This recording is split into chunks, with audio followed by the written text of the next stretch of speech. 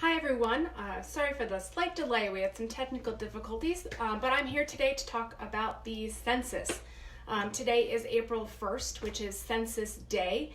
Today is the day where everyone across America, when they fill out their census forms, today is the day that you record for posterity. So whoever lives with you today is the people that you include on your household form. I'm going to take questions today, so if you have any questions about the census, we want you to put them in the chats for us, please, and I will answer them as best I can. And I'm going to talk a little bit about what the census does for us. So the census has two main functions in America. The first function is that by counting everyone in America, we determine political representation across the country. So they add up all the people in America, they divide it by 435 people who are the members of Congress, and they determine how many Americans belong in each congressional district. So by making sure that you're counted in the 2020 census, you make sure that your community receives that political representation in Washington. The other thing that the census does is provide federal funding for your community. So many federal programs use formulas to determine how much money your community will receive in federal funding. That goes for transportation funding and highway funding. That goes for education funding. Public schools get their funding from the federal government. And if we don't count children, we don't know how much money your area should get. One of the reasons why our schools are chronically underfunded. And it goes for community action doubly because most of our programs are federally funded, and most of those federally funded programs are all funded through formulas, which end up being based on the numbers that we report today. So there are a couple of different ways to fill out the census form this year. The first way and the easiest way is to go to www.my2020census.gov. The form will take you about 10 minutes to fill out. It's super easy, and it's got demographic questions, so it's really simple. The census form will ask you your name, your date of birth, your age. It'll ask if you have Hispanic origin. It will ask you if you have what your race is. This question's been tripping some people up because it's not real clear what they're looking for. So I'm white, so I would put that I'm white, and then under my country of origin, my relatives, my ancestors came from Germany and England. So I would put Germany and England. So that's what they're asking for. And then they ask how the people in the household are related. So they assume usually the first person on the form is the person who fills out the form. And then if you put your daughter second, they're going to ask what the relationship is between that first person, which they assume is you, and the next person. It's important to remember that when you fill this form out, you include everyone who lives in your household, not just the folks who are related to you. So if you've got a roommate, or if you've got a friend who's been staying with you and has nowhere else to live, that person should be on your form. The census asks basic demographic questions, but there are lots of things that census also does not ask. And I want to make it really clear because this is the short form. If any of you know the short form versus the long form, the census doesn't do the long form anymore. They only do the short form, and it's just these 10 questions.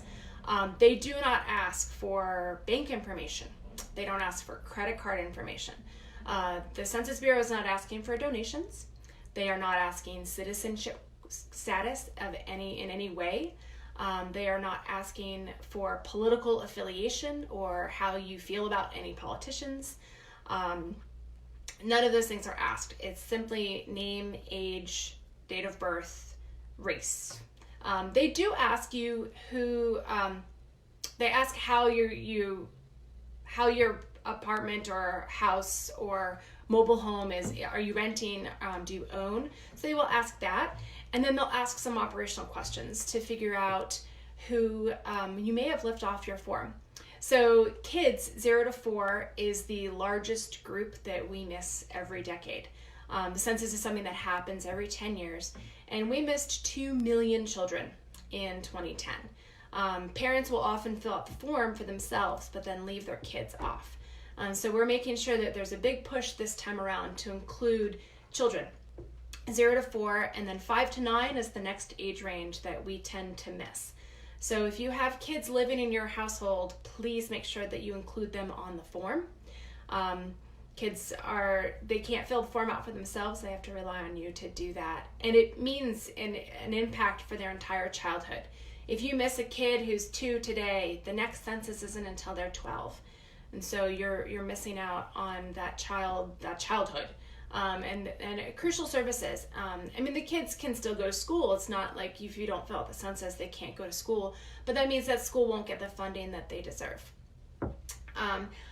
I do want to touch a little bit today about COVID-19 and the impacts that COVID-19 are having on the census. As many of you may know, the Census Bureau started sending forms back in March.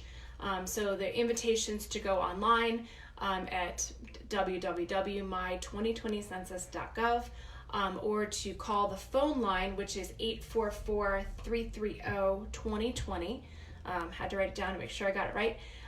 Those invitations started hitting on March 12th, and then people started getting reminders as early as March 16th. The Census Bureau will send another mailer before they send out the paper form to most households. We are strongly encouraging people to do what's called self-response. Self-respond on the census, which means you go online or you go and you fill out the form over the phone. And we're doing that for a couple of reasons.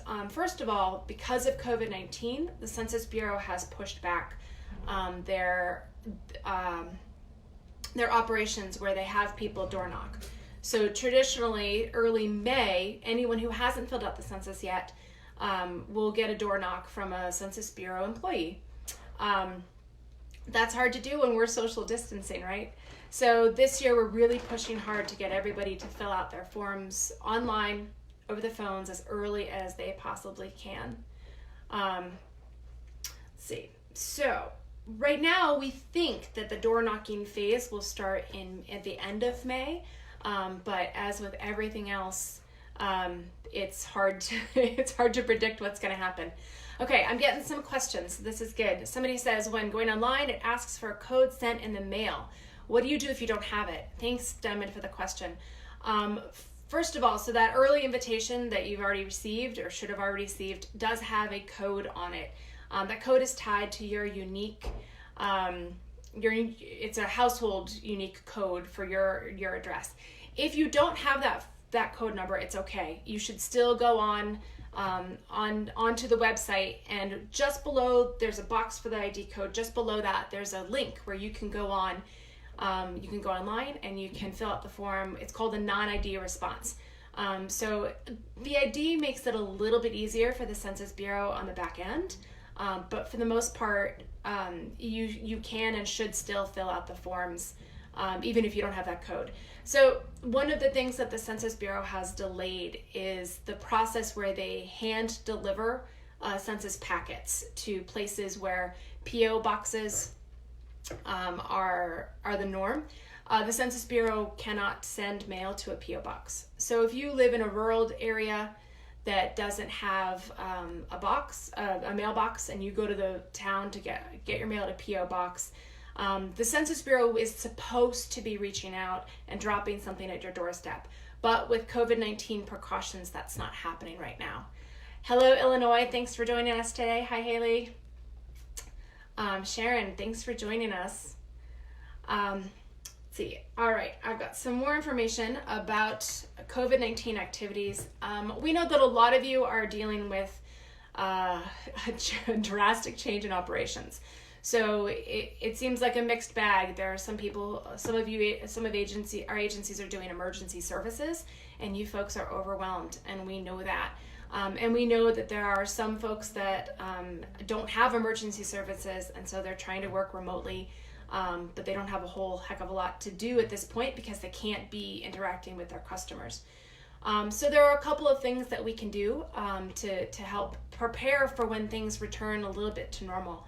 I think one thing it's really important to remember about the census is that this is a marathon. It's not a sprint. So today is Census Day, and we really encourage everyone to fill out their form today and to encourage their communities to fill out the form today because it's a great demarcation point. It's Census Day. But the fact is that we have until now, August 14th, to fill our forms out. So one of the things that the Census Bureau did, it would really surprise me actually, was to move the date from July 31st as the last day to respond up to August 14th. But the sooner we can get things done, the better. But we do have some time. And so if you folks have to be focused on your emergency services and all the people who lost their jobs, who are really panicking and just need to get food from the food pantry, for example, that's okay. The census will be here in a couple weeks still, and we'll still be able to engage our communities. Okay, I have a question from Andy. Let's see if I can you mentioned there are no long form census packets any longer. What is the anticipated impact of this, and when will additional information typically received this way be gathered? So in 2005, the Census Bureau started doing something called the American Community Survey, which is now what the long form is called. The American Community Survey is done on a rolling basis. So 1% of American households receive that survey every year. No household receives that more than once every 5 years. But everything that the long form asked, so how do you commute to work? How much work did you do in the last year? All those sorts of things are done on that long form, which is a completely different survey. And they did that to make the short form easier and to make that decennial census that we do every 10 years a little bit easier. Sam comments that it excludes anyone who doesn't identify male or female. And yes, that is true. That it does ask gender, and the options are male and female right now. There was some talk about adding a transgender and or non-binary option, and they didn't make this year. So hoping to be as inclusive as possible, my guess is that they will include that in the 2030 census. All right, Diamond has another question about immigration. Oh, there we go. I'm a caseworker in New York City now. Although the immigration question is no longer in the form, I think people will still not complete the forms because it's asking for a person's names and date of birth. Yeah, but let's talk about safety for a second. This is a concern, and I know that. And that's one of the things that we got involved to help fight against, right? So the community action is well known among lots of people who are hesitant to fill the form out. And if we tell them as trusted messengers why it's safe to fill out the survey, we're hoping that you can convince folks to do that. So the three main protections for security, the first thing is that the Census Bureau is barred by law from sharing personal private information.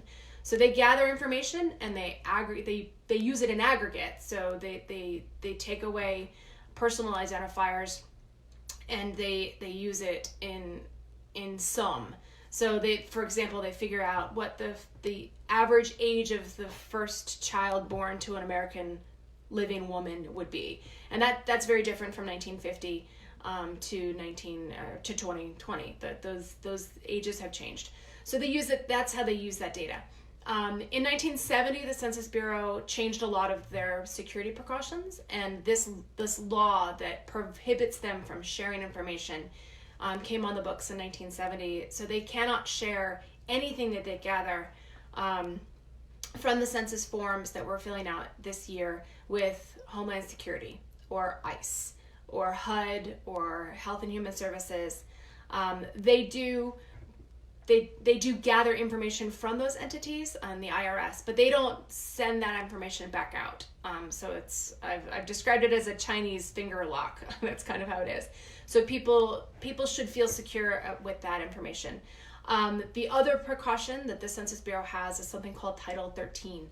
So this is where all Census Bureau employees sign an oath that on their very first day that they will never reveal private information about an individual.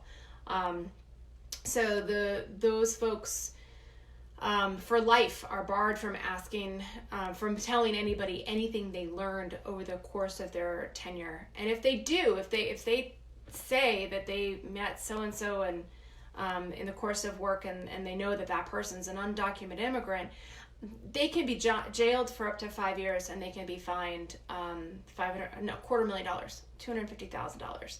So there are precautions in place. The third precaution is that all of the forms we fill out now in 2020 will be under a lock and key for 72 years. So the information that we fill out, the actual forms, are hidden for 72 years. To put that in perspective, that means that in 2022, so 2 years from now, the Census Bureau will release all the forms that we filled out in 1950. So if you're a tenant and you're worried your landlord's going to figure out that you've got an extra person or two living in your apartment or house, in 72 years, the landlord's probably not going to be around, or you're probably not going to be in the same apartment, so it's not going to be able to impact you, which is a security process that we have in place. All right, other questions. I heard you mention emergency services for our customers. Are they going to give community action agencies an emergency packet on top of our allotted money? I have not been following this as closely as some other folks in our office. So, Lauren, if you would somehow message Sharon, I think Ryan's probably the person to reach out to.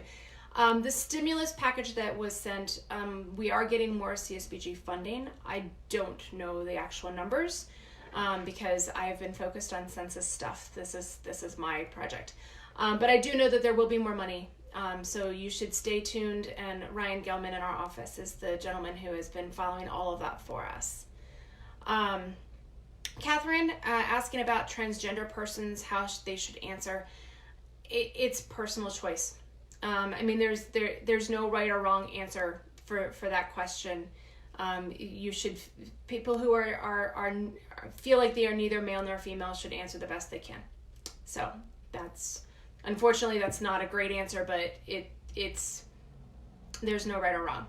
And it's the same thing with the race question. One of the reasons they did change that on the form this year is people were being boxed in, so they could pick one or another. And so many people in this country are multiracial or have multiple ethnicities that they identify with, and so this was a way for us to do that. I am hoping that they make the form as inclusive as they possibly can for 2030. Thank you, Lil. The CARES Act provides for $1 billion for CSBG. So that's a little bit more information, and yes, Ryan can help.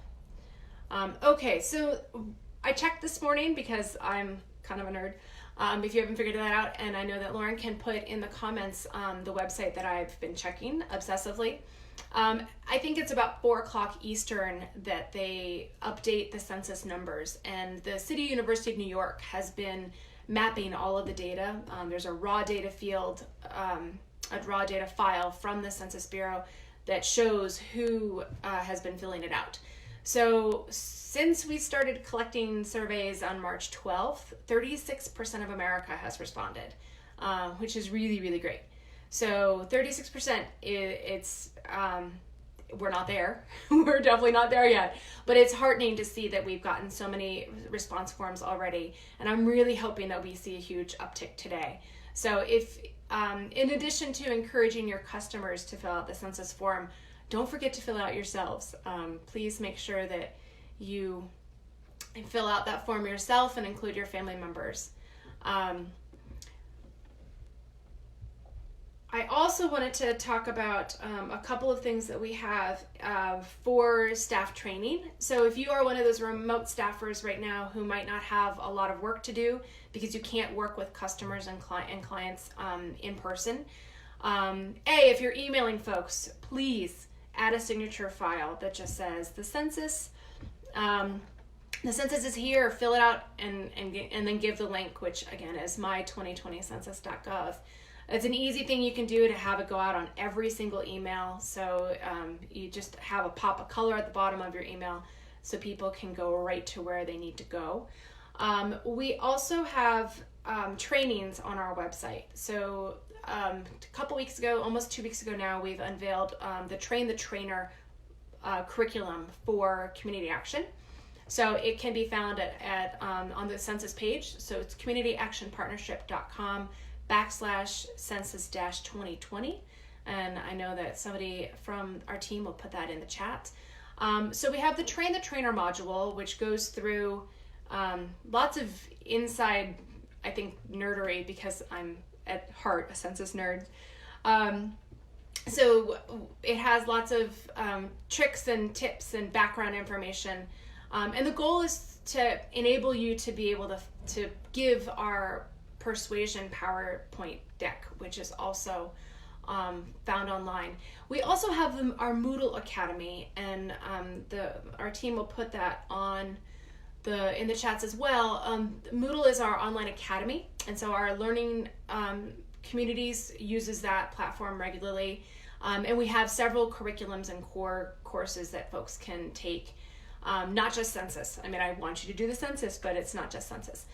So if you are sitting around and looking for something to do right now while you cannot do your normal work, we highly encourage you to go online and spend some time on our Moodle Academy. I don't see it in the chats, but somebody can pop it in there. I believe it's moodle.communityactionpartnership.com, but someone can add that. All right, do we have any more questions? Yep, there it is. Thanks, Lauren. Oh, I was really close. Moodle.communityactionpartnership.com. So a question I got earlier today was about adding somebody to the census form. So I want to talk about that for a second. If you filled out the census form already and now you realize that you haven't, you left off either a small child, because people leave babies off regularly, and you need to add that child, the best thing to do is to go online to www.my2020census.gov, and below that ID box where you put in your ID, click non-ID response, and then you can add that child. We've heard that it's best if you fill out everybody in your household again and put everybody in that form. But the more important thing is to include that child. And so if you just have time to put that one forgotten person on a non-ID response, you should do that. Another thing we need to talk about is college campuses. So with COVID-19, a lot of college campuses have been shutting down, and kids who have been going home. If you have a college student who is currently living with you, who normally, if we weren't under a global pandemic, would be at school, you should not put that person on your census form. And so Alexa says that her brother's a college student and he moved back home. So if your brother lives on campus, the school will count your brother. So college dorms are counted by the institutions. But if your brother lives off campus, and this is really, really, really important, if your brother lives off campus, he has to go online and fill out a form for himself and include his roommates, or get his roommates to do it as well. People who live off campus are treated like regular, normal households. Just because they live near a college campus doesn't mean they're any different from any other household in America. So if you have somebody who lives off campus, they have to go online and fill out a form for themselves, and then they would not be counted by your parents. And the same thing if you live in a dorm, you are counted by the college. All the dorms are counted. So if you are currently with your parents, and I know we hammer in, anyone who lives in your house on April 1st is counted, except college students. If there's a college student living in your house who lives off campus, they have to fill out their own form. If there's a college student who lives in a dorm, the school will count them, and you should not. I hope that's clear. And the reason for that is because if all those college kids go and they go home and they are counted in their hometowns with their parents instead of their college town or city, we're going to see a lot of college towns that are underfunded over the next 10 years. So I hope that makes sense, and if I can clarify, please ask. I've got another question. I am divorced and have shared custody of my children. Who includes our kids on the form? The easiest way to determine that is, where are they sleeping tonight? So wherever those kids are tonight, that's the parent that should include them. That being said, there are a couple of other ways to determine which parents should put them on the form. One way is to say whoever has the kids more than 50% of the time. So if you have the kids 51% of the time, your former spouse, former partner has them 49% of the time, the 51% would win. I would rather both parents put those kids on a form than neither parent. So I would rather those kids get counted twice than have those kids not counted at all. And that's because the Census Bureau will catch those duplicates and they can take out the duplicates. What the Census Bureau can't do is make up information that they don't have. So I would say when in doubt, include everyone, not college kids is the caveat. So overall, include everyone, and it's better to overcount than undercount. All right, Andy's got a question. Shelter-in-place orders means that some people are, not currently sheltering in locations that are permanent. I think this is, COVID-19 is changing a lot of things, and so we have seen specific guidance from the Census Bureau on college kids.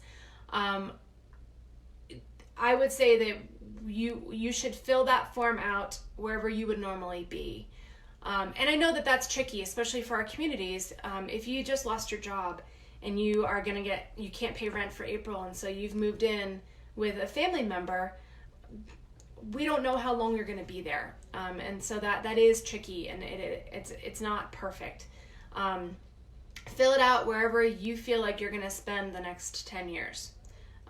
It would be the guidance I'd give you, because when you fill out that census form, you're bringing in $2,000 about per person in your household every year now for the next 10 years. So if you have, if you normally live in, I live in Denver, Colorado. So if I'm normally living in Denver, but I'm gonna go stay with my family in Colorado Springs, but as soon as this all passes and life goes back to normal, I will move back to Denver. I would put myself on my Denver address. All right, other question. Okay, so technically homeless, but sleeps around to people to, homeless populations. So if you are housing an otherwise homeless population member, if you are housing somebody who's couch surfing and they have nowhere else to put as their address, you should include them in your form. And again, I'd rather 5 people do that with their one friend that bounces from couch to couch than nobody count that person, because the Census Bureau can dedupe. But let's talk about homeless populations for a minute. The homeless populations were supposed to be counted this week. So it was supposed to be Monday, Tuesday, and today. They were supposed to go to motels and hotels, RV parks where people are bringing their our mobile transitory places, and they were supposed to talk to homeless populations at points of service, so in homeless shelters and at soup kitchens and the like. Because of COVID-19, that has been pushed back for a month right now. They are working on a plan to make sure that those people are counted. But if somebody who does not otherwise have a domicile or a home is staying with you, you should include them on your count. Okay, I've got a question. My cousin from the UK is staying with me this year. Do I count her on my form? If she's here already, if she's here today, yes, you should count her. If you have a foreign exchange student living with you or an au pair living with you, you should include those people on your form because they live in your household. The census is not just for American citizens. It's for everybody who lives in America. So anyone, doesn't matter what their documentation status is or their citizenship status. We count diplomats, we count people with green cards, we count undocumented immigrants. So anybody who lives in America. And the reason we do that is because the federal funding services are based on population, not citizens. So if you have 10,000 people in a town and 500 of them are undocumented, you still have 10,000 people in that town, and they still use 10,000 people's worth of services. You still have 10,000 people on those roads. You still need highway transportation funds and those sorts of things. That's why we count everybody. Good. Gotcha, Darla. All right. What have I not covered? Do I have any more questions?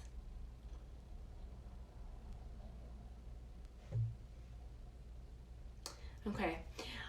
So my email address is lmarsh@communityactionpartnership.com. I'm going to ask Lauren to put that into the chat field.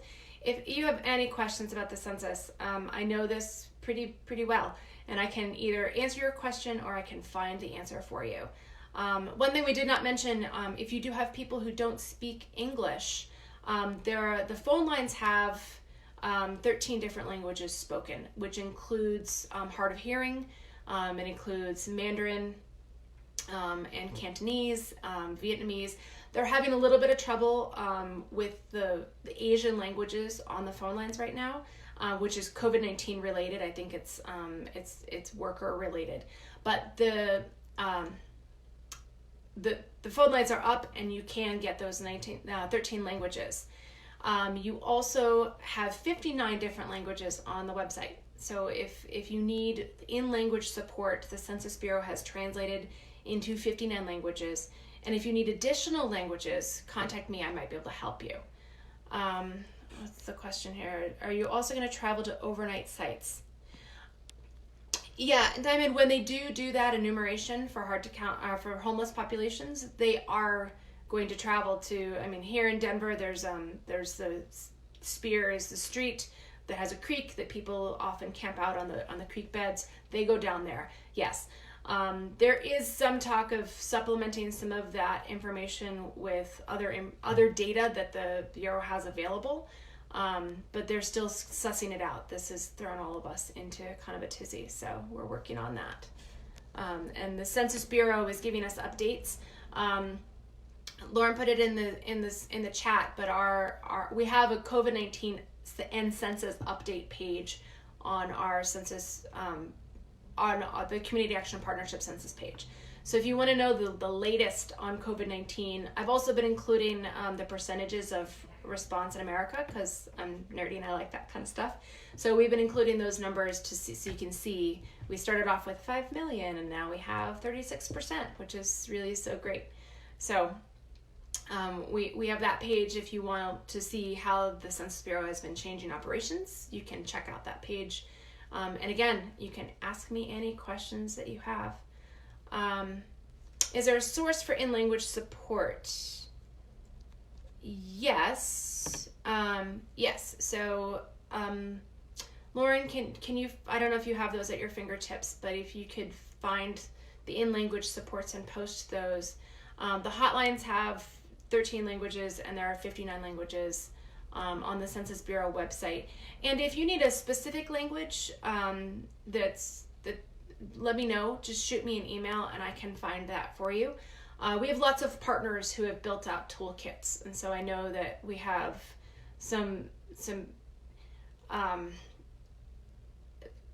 we have a lot of languages available to us through that coalition that aren't commonplace. It's like Karen and Chin. So if you need something, you can certainly shoot me an email and I'll find it for you. Oh, there it goes. Thanks, Lauren. All right, I think that I have hit on all of my talking points. Lauren is definitely on point. She is a real asset. Yeah, Andy, I know that there's a lot of misinformation out there. The latest has been people saying that the stimulus checks are tied to filling out the census, which is not true. Stimulus checks are 100% not tied to filling out your census forms. We have some information about misinformation. I can send around some links. Actually, we'll post links about misinformation on our COVID-19 site, so I'll find that. People aren't engaging because they're afraid they're going to get deported, or that their family members will be deported, or they think it's a long, involved process. They think it's that long form. There are lots of reasons why people aren't doing this. And one of the things we're trying to do as Community Action is talk about how easy it is and how safe it is and how important it is. Because if people know that it's worth so much money to their community, they're far more likely to fill out that form. So saying that it really helps their community is really beneficial, and it coming from you, the trusted individual that they come to with all of their other needs, is really helpful. And it really does a lot to increase participation. Another thing we have on our website, our messaging. Our partners did some messaging research on why kids are undercounted, why those parents don't include their children. And then they did research into African American, Asian American, Native American, and Hispanic communities to see what messages moved those folks. And across all of those demographics, saying that it helped their community really made an impact and made people more likely to fill it out. But that information is on our website. It's on our persuasion deck. And if you can't find it, you can shoot me an email, and I'm happy to point you in the right direction to help you have the right messages. So, all right. I want to thank everyone for joining us today, and please, if you can add more questions and comments on Facebook, because this will be posted on our page. Right. You're welcome, Sharon. I'm trying to stay informed as best I can so I can give all of you the information that you need to do this work. We appreciate you guys going out in the field and talking up the census. So please feel free to ask more questions in the chats or on the Facebook Live post, because this will be on our website. And you can also shoot me a private email, lmarsh@communityactionpartnership.com, and I will help any way I can. Thanks for joining us, and don't forget to fill out your own census. Thanks, everyone.